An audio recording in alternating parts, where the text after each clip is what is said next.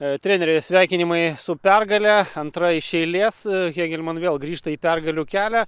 Ir kas lėmė šią pergalę, kokie būtų jūsų pirmieji komentarai?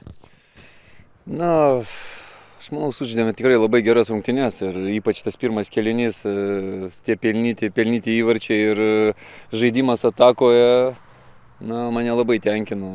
Vaikinai buvo nusiteikę gerai, nors to laiko atsistatymų irgi nėra daug šiuo metu, bet manau fiziškai tikrai labai gerai atlaikėm šitas rungtynes. Tai reikia pasveikinti komandą, nes tikrai nelengvas laikotarpis ir žaidėją praradom, išvažiavo į geresnę lygą, bet, kaip sakoma, nepakeičiamų nėra. Patenkintas rungtynėm.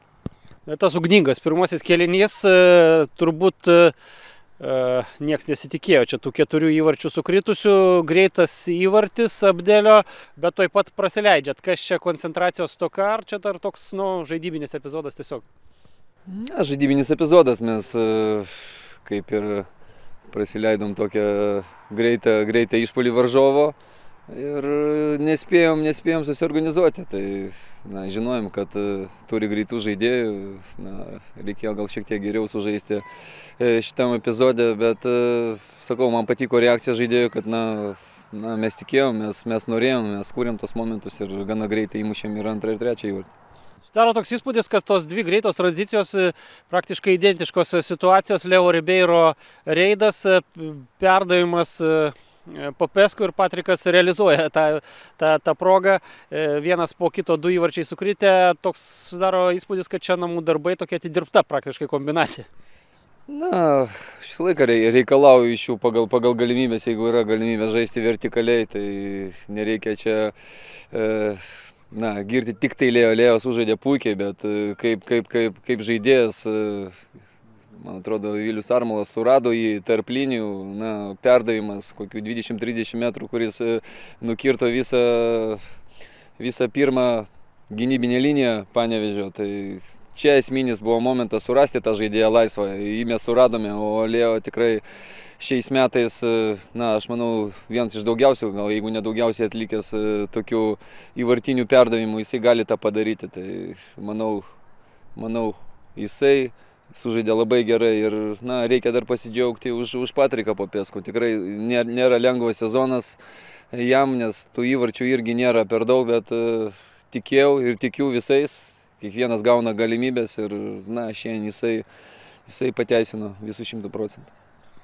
Sakot, kaip ir nepasijautė tarsi Lazaro Kojičiaus netektis, bent jau šitame mače, bet nėra baimės, kad ilgoje distancijoje tokia netektis gali atsiliepti.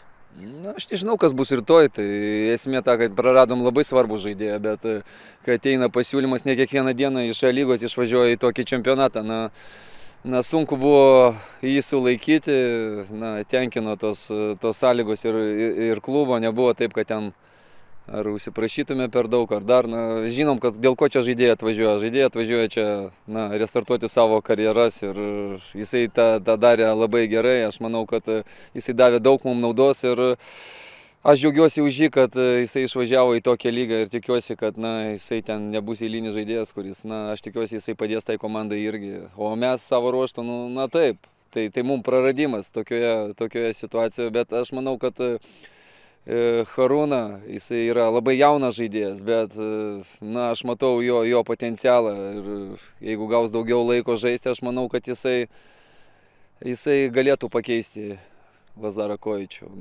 Šiuo metu, sakau, aš patenkintas ir jo žaidimu, paskutinės 2-3 rungtynės, kiek jisai žaidė. Dar truputį tą antrą kėlinį visai kitoks. Antrasis kėlinys, apsišaudėt greitais tais įvarčiais ir paskui daug kovos, labai toks aukštas intensyvumas, bet panašu, kad kontroliavot situaciją iki pat rungtynių pabaigos.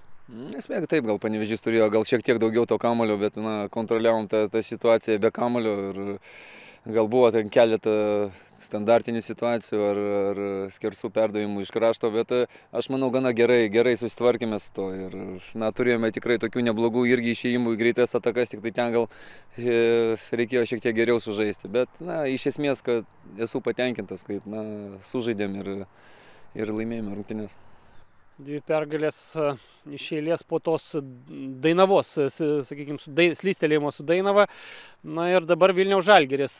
Vilniaus Žalgiris toks neprognozuojamas, gali aišku kapituliuoti čia Raudondvarį, bet gali ir skaudžiai kasti. Ko tikitės iš šitų rungtynių? Žalgiris yra Žalgiris ir nors ir dabar negeriausi laikai šitam klubui, šitai organizacijai, bet potencialą jie turi gerus žaidėjus. Bet mes žaidžiam namuose ir mums reikia taškų, jeigu norime kovoti dėl aukščiausių vietų. Tai ieškosim būdų, kaip sustabdyti jų atakuojantį Arsenalą ir bandyti kažkaip tai surasti galimybę įmušti įvartį.